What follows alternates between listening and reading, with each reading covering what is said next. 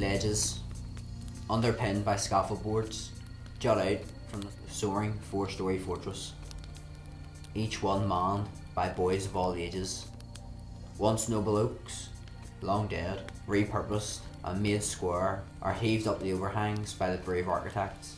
Months of community packed within, like the mountain of scrap wood, hidden, the sky forbidden. Those racked hands of the tower defence turn traitor to their toil and send the first flames in at midnight. The beacon lit, like a flare into history, calling to those that once looked upon a flame, a path backwards through the smoke-thick night. A torch to light it.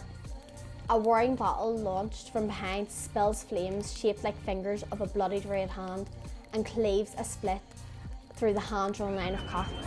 Yeah! Bodies bungee back and forward to hurl bricks and bottles that thump against plastic shields and thud against the roof of armoured carriages. Bricks that were once buildings, once structures, are now unbuilt, undone.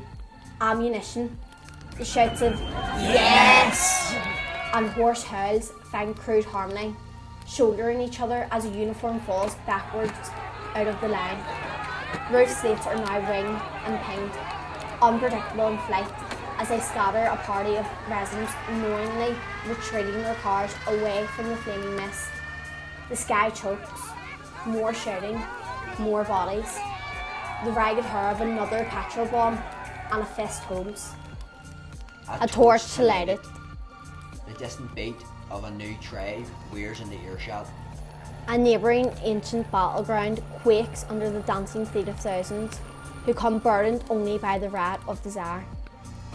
Hands in brilliant formation, thrust upwards, Holding up the night, holding off the night. the sky pulses. Two strangers embrace, and over one another's shoulders, Through the gloaming, they glimpse. a fate beyond old dates.